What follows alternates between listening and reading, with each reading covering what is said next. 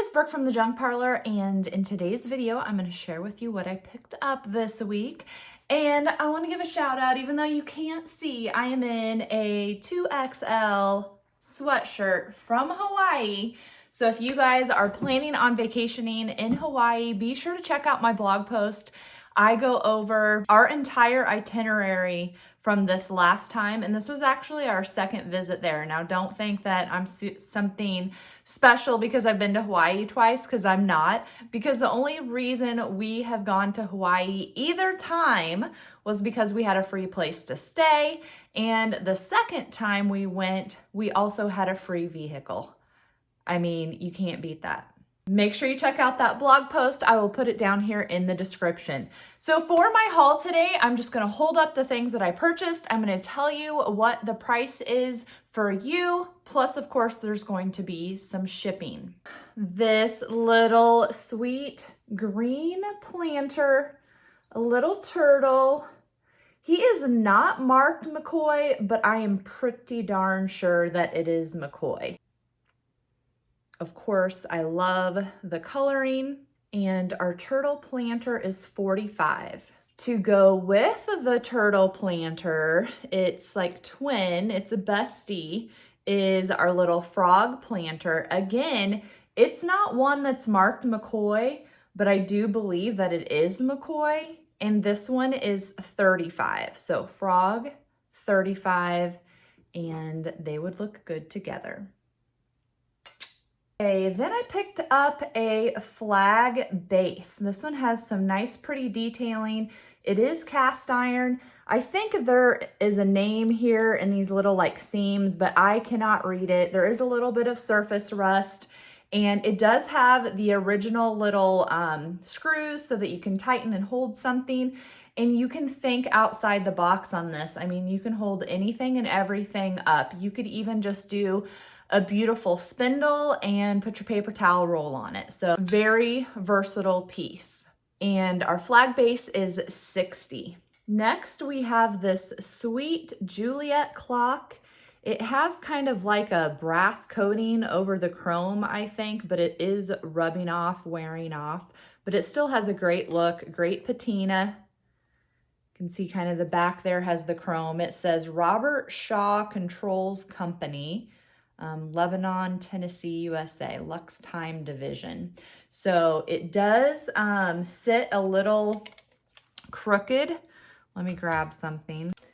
And it's not even that it sits crooked. It sits fine, but you can see it's shaking because the legs, the feet of it, for some reason do not sit level. And I'm not sure if this is like after factory piece or what the situation is on that, but that could be why it doesn't sit level. Our Juliet clock, assume it doesn't work, but it would look beautiful on your book stack, and it is $20. Okay, when I spied this, it had a big, I don't think you'd call it a pillar candle, but a big candle. Like the candle was as big, maybe bigger than this base sitting on there.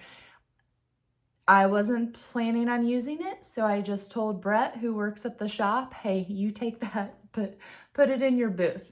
So this actually looks like it was $30 originally with the candle. It says Henning, Minnesota, and Bemidji, Minnesota. Probably totally butchering that. But this is a keeper. I am going to clean up the wax, take the stickers off. I think I maybe paid like $5 for it. And then my plan was to marry a cloche with it. Now, this is a nice old cloche. It's really thick, heavy glass. And this is the tallest one that I have.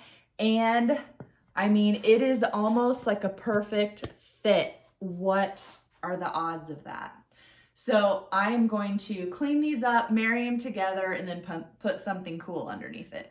And I actually do like this without the cloche on top, with my porcupine needles, the nest, and the faux eggs. I ended up moving it a little lower just so it was easier to see, and then I decided, hey, might as well try the cloche. I think if I kept it in this location, I would probably also want to get a cloche that maybe would fit on top of that brass bowl. and just kind of make a more cohesive vignette. These brass fish are very unique because they were laying down. I figured they were solid brass, but they're not. They're actually meant to go on the wall, but how this fin is makes it so they will stand up too. And I will show you that. But here is the little hanger on the back. They're just slightly different sizes, and you can see they face different directions, but they both have an intact hanger. So $40 on our brass fish. You know I like weirdness. I like different things. So we have this one made out of like cow horns. I'm guessing there was probably a red flag on this one that is missing, but that's okay. I still really like it. The bottom of it kind of looks like when they make the ashtrays out of these, I want to say shell, but out of the horns. And this guy is dirty, but I will clean him up, and he is $15. We have a small size rolling pin, not teeny tiny, whoa, but definitely smaller than a normal size. And this bad boy has sold. I also got this wall-mounted receipt spike. It has a patent on the back that says November 5th, 1872. I don't know if it's really that old or not. I don't know. For whatever reason, it gives me a reproduction vibe, but I guess it wouldn't have a patent thing on it. But I have seen some cool things with these. Obviously, you can hang anything from it, but I think what I saw was like some string, and I just thought it looked super cool. I got another Bible for my stack. I wasn't super excited about the red pages, but depending on where you put it, you can just put it so the spine is out. But what I did love about it, because it is probably newer, it was nan-pinoid maybe. These are the types of pages that are like tissue paper thin, but the cover is so soft and flexible, and you can tell this bad boy was read and used, and I think it will look great with my other stack.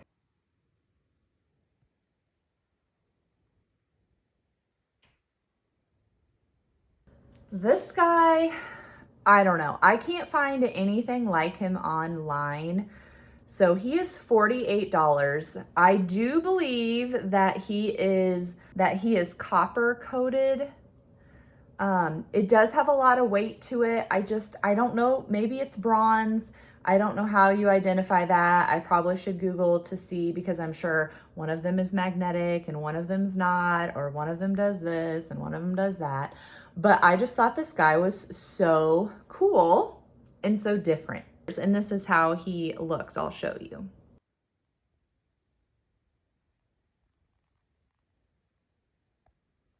Another thing I cannot find anything like is this cat smoking a pipe.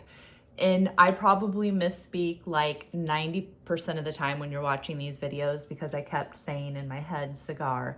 This is a pipe, not a cigar. So all the ones that I can find online are chalkware or cast iron banks. This one is not a bank, and I think that it is ceramic.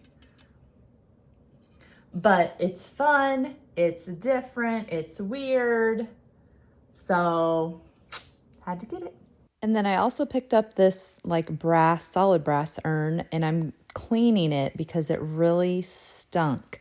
So even though I like the tarnished patina, I was going to have to clean it to get rid of the smell. And the person I bought it off of had already tried cleaning it multiple times to get rid of the smell and had no luck. So here's what it looks like after a little bit of cleaning. And I will be sharing this whole DIY process or cleaning process on my blog. Also there, I have that oil lamp that I've turned into a bug repellent torch, and that is on my blog as well. And another thing that I bought that stinks is this huge fish float. I washed it in Dawn dish soap. I let it soak. And now I have some random setup cleaning it with WD-40. Every time I come in the garage, I just turn it a little bit, and hopefully it'll get rid of the smell. If you have any suggestions, drop it down in the comments.